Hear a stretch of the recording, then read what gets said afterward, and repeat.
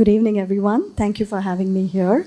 It's a wonderful opportunity. Thank you, Sanjay, for having Google represented at this conference with so many experts from the geospatial industry. And the conversations up until now have been very interesting.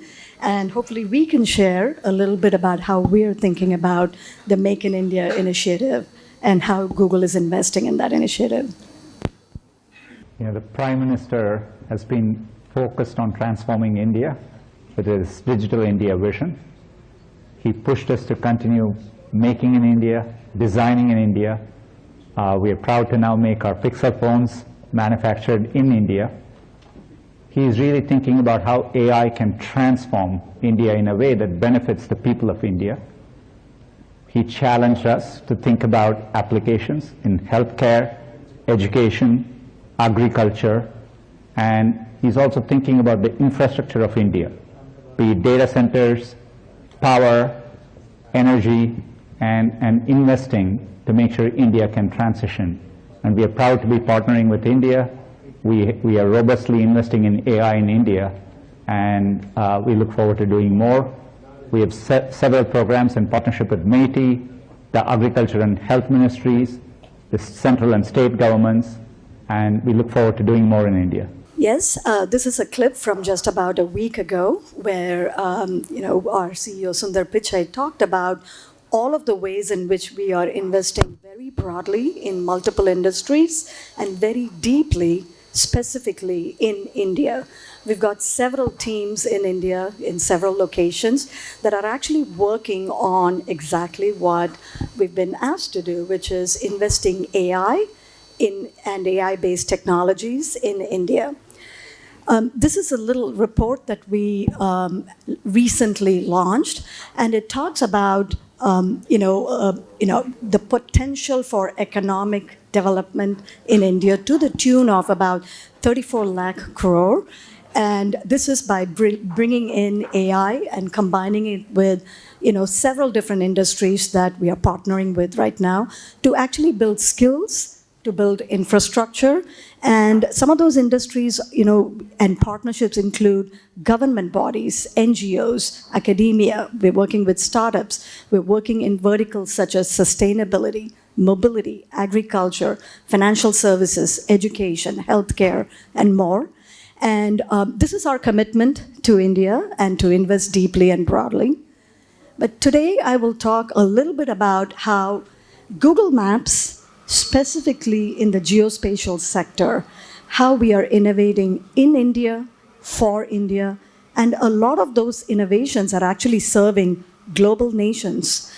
There's a lot of challenges that we deal with when we build for India, and we're finding a lot of similarities with other nations around the world. So this is an innovation ground for us, and what our teams are building here, we launch in India, and we're able to adapt to other parts of the world as well. So I'll give you a few examples of the industries that we're working in. And we're able to build solutions at population scale because we're able to bring this geospatial data, apply advanced AI technologies to it. And we're working with, flood forecasting, and that's done with government agencies in India. It was first done in India, and then now we're launching it in 80 countries around the world. We're working with different forms of addressing. Landmark-based addressing was first invented for India, right? But now it is so intuitive to use it in other parts of the world as well, especially, other nations that are very similar and very populous like India is. And, things like air quality. I'll talk a little bit more about some of these examples and how we're able to bring the power of AI to serve all of these sectors. So this is something everybody knows about Google Maps, right? This is something we've been doing for many, many years. We map roads, we map buildings. Recently, with the opening of the geospatial guidelines, we were able to work with local partners here to map more of India's roads, both urban and rural, bring more businesses onto the map. Some of these businesses, this is their first and only online presence. And we're able to put them on the map and give them an online presence because we're able to extract them out of imagery, out of Street View. And now they're getting connection. There are more than 900 million connections that we're making between businesses and consumers every year in India. This kind of economic development is made possible because we're leveraging geospatial data and the power of AI. Of course, we serve, directions and we help people find places, but that's not it. When you think about Google Maps, you think that's what we do. But we're actually able to take that data and do a lot more at population scale.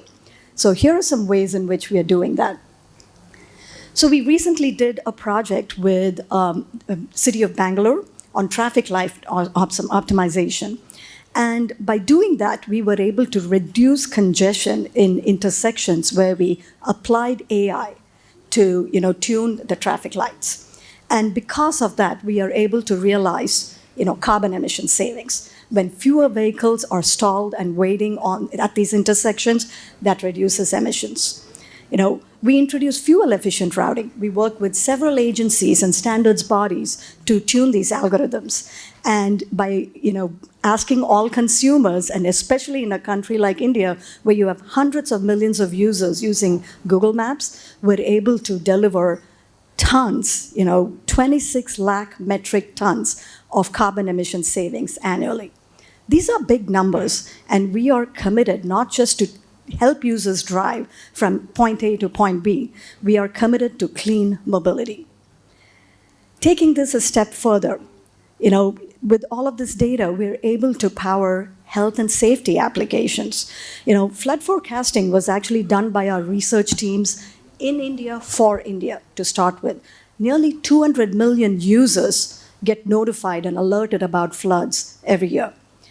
And now we're able to scale these models internationally to 80 other countries. So this is a great example of innovating in India, India first, for India, but then able to scale it globally. And we've recently been working on another kind of health-related and health and wellness-related application, which is air quality modeling.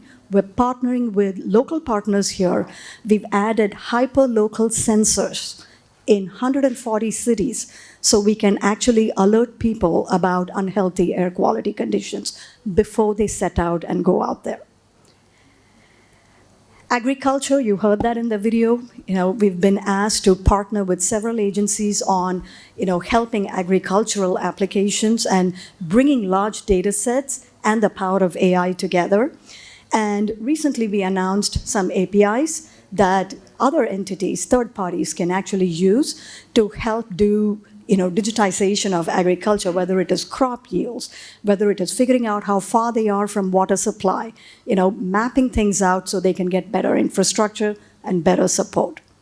So these are just some of these applications that we're doing at large nationwide scale, but some other things that you will see or experience on a daily basis. For example, in India, after we started doing our street view data collection, we're now able to detect where the roads are narrow.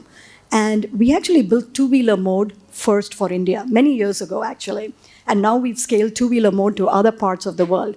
But with the advanced imagery, we're now able to say, route the two-wheelers through the narrow roads, keep them free from the four-wheelers, and send the four-wheelers through broader roads. So we're able to do advanced routing because of our ability to map these data sets and infer a lot of good analytics from it that helps everyday consumers. The same thing with flyovers. I know this has been a pain point. Everybody tells me about this every time I come here. And we were able to actually use large-scale imagery and data sets and our street view imagery to detect where the flyovers are and actually give users that notification as to when they need to get on these flyovers. Now, flyovers in India are actually very unique. You would think it's very prominent around the world, but the flyovers in India, which actually start in the middle of the road, are very unique. But applying the same technology and same kinds of modeling, we are now able to adapt it to flyovers in Japan as well. So these are some innovations that we started working on because there was a big, complex, and unique need in India, but it is serving other parts of the world as well. Another thing that I just mentioned is, India is a nation that is exploding with two-wheelers. And it's not just two-wheelers. India is leading the world in electrical vehicles for two-wheelers. And so we're now bringing, EV charging stations onto the map in order to support the two-wheeler ecosystem in India. And, ability to search and optimize by adapter type. Will it be available when I get to a certain location? We're applying, our work with our partners who are providing us this data and our routing algorithms working together to help consumers in India. One other thing that we are very, very thankful for and very proud of is the user contributions from India. We talk about the power of AI a lot, but we actually have 60 million monthly contributors in India who are helping us edit the map, edit roads, edit POIs, telling us about road conditions, and so on. And without their help, in addition to AI, we would not be able to run mapping at such a large scale. So India's a complex nation, but you have a lot of drivers and end users wanting to help their community. So we're very thankful for that. And last but not the least, wanted to also talk a little bit about a massive team we have here in Hyderabad and Bangalore. They actually help us build trust in Google Maps globally. When you look up Google Maps for a POI and look at its opening hours, you look up its address, you look at what they have to offer, and you are confident that you can go there and get their service. That kind of trust is hard won but easily lost if we give you the wrong data. So our ability to maintain this data reliably, accurately, fighting misuse, requires large-scale AI and automation systems and ML systems. That entire operation is run out of Bangalore and Hyderabad. And because of that, just in 2023 alone, we took down 170 million policy-violating reviews around the world.